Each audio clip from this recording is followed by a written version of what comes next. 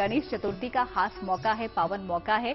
तो पंडित जी, अगर यहाँ पर पूजा अर्चना करनी है तो उसके कुछ खास नियम यहाँ पर जरूर होंगे। तो हम चाहते हैं कि दर्शकों को आप बताएं कि इस दौरान गणेश चतुर्थी में किस तरीके से वो स्थापना करें और पूजा अर्चना करें भगवान गणेश की। देखिए, वैसे तो हर महीने की चतुर्थी तिथि पर भगवान गणेश की पूजा की जाती है, विधान कहता है। लेकिन भाद्रपद शुक्ल चतुर्थी पर भगवान गणेश का प्राकट्य हुआ था, इसलिए इस दिन उनकी विशेष पूजा की जानी चाहिए।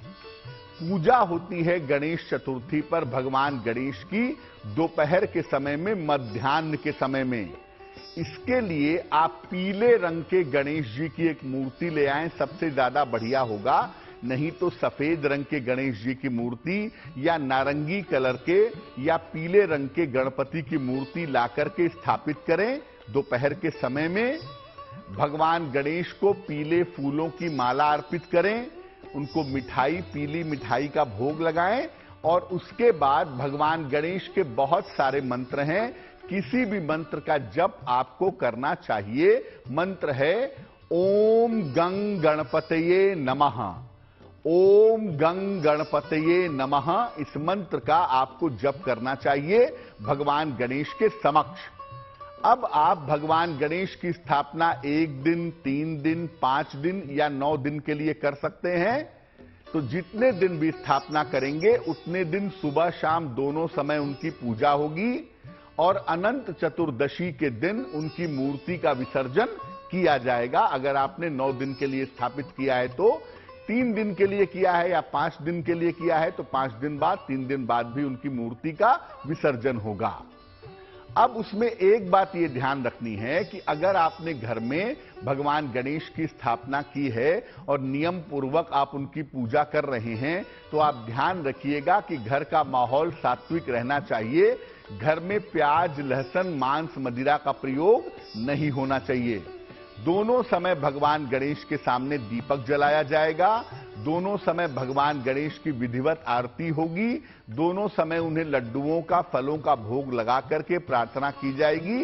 इससे विशेष तरीके के फायदे आपको प्राप्त होंगे।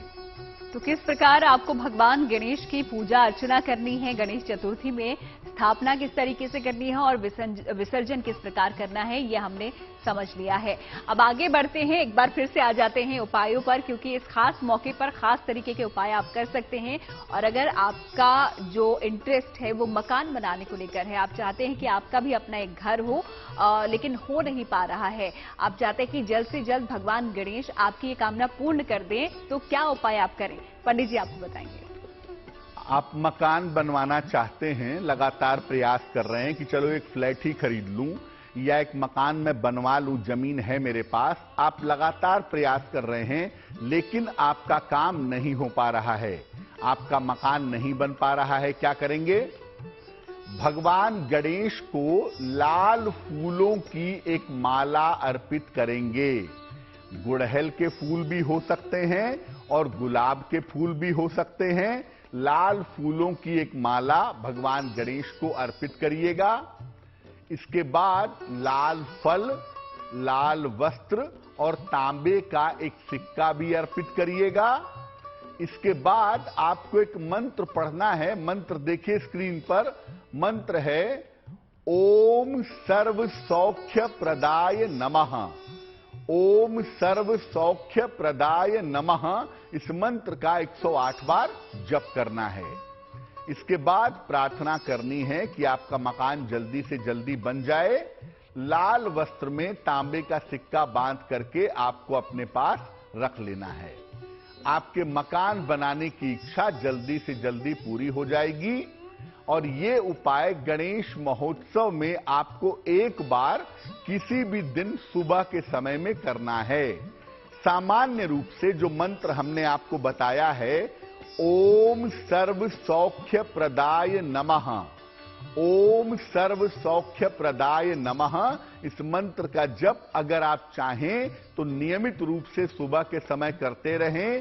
संपत्ति बनवाने की, संपत्ति खरीदने की प्रार्थना करें तो निश्चित रूप से आपको लाभ होगा।